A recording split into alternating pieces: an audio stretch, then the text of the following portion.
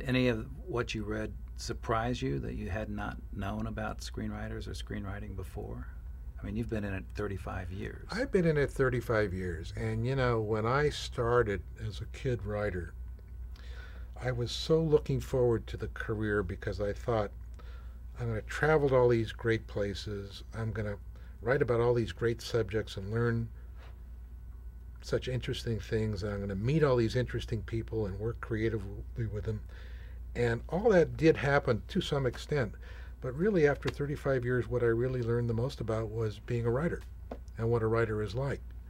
So when it came to thinking about doing a book, that's kind of what interested me. What have writers' lives been like? I mean, the book, it's a history, so I touch the kind of obligatory stops on Hollywood history. Then I kind of take those obligatory stops and I look at them from the point of view of writers, about how writers influence them, how writers were influenced by sound, by World War II, by television. And then the third thing I do is take some what I think are representative writers that represent these turning points and talk about their lives. And that to me is the most valuable part of the book, and it's the part of the book that probably I had the least to do with because it's really kind of compiling. I just had a hunch that screenwriters have sort of always been screenwriters, kind of always been the same person. I also thought that it would be interesting to put a bunch of lives of screenwriters together so that anybody who wanted to be a screenwriter or anybody who was a screenwriter and kind of was looking for guidance could open a book and probably find somebody like them in the book. That probably for most screenwriters, there's somebody in the book like you. Somebody who's dealing with the same issues, somebody who's got the same internal doubts, the same talents. That you could just take lessons. Well, what are the lessons of history? That you're not alone. That people have done what you've done before. Maybe not in the same way, but maybe similar.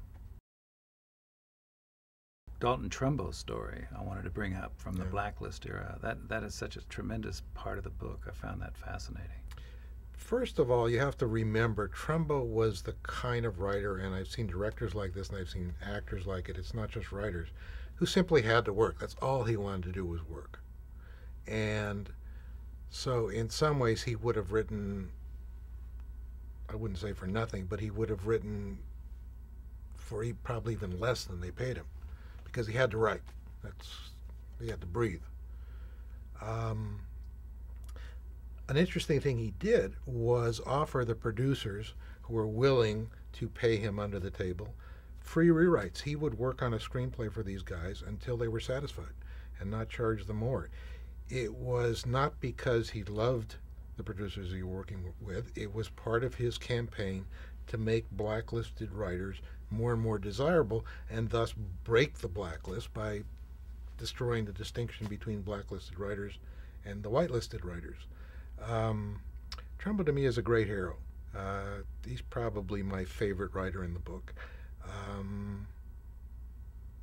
And not particularly because I thought he was a great writer. I think he was a great man. I think he was a great person. We were talking earlier about what do writers these days, screenwriters, television writers, need to know from history, and what can they learn to take them forward. I think, especially in screenwriters' case, not so much television writers, screenwriters have to really remember how much contention has been a part of what they've achieved in the business, going back to the foundation of the Guild. There was a writers' guild of sorts in the teens. The studios didn't have to negotiate with it, and so they didn't. And so it became just a social club. It had no teeth at all. When writers thought about organizing in the late 20s, the producers formed the Academy. And a lot of people don't remember that the Academy was really formed to be a company union. The Academy had a writers' division that was there to, quote unquote, solve any labor problems between writers and the studios. And of course, it was a company. It was a company organization. It had no intention of representing writers. When writers finally started to organize in the 30s, the companies tried to undercut them by setting up a company union called the Screen Playwrights and dangling out incentives to anybody who joined the Screen Playwrights. More money, better seat in the commissary, you can direct, you can produce, to break the union. The union fought for 10 years before it got a contract, and every increase in the contract has been through contention. One feeling you get from the book is that, especially in the sense of screenwriters, that the executives have never really understood writers in terms of what motivates them. The employers have always understood employees. They understand employees' pride, but the kind of pride in, I've shown up every day and I've never taken a sick day. I come to work on time. I'm obedient.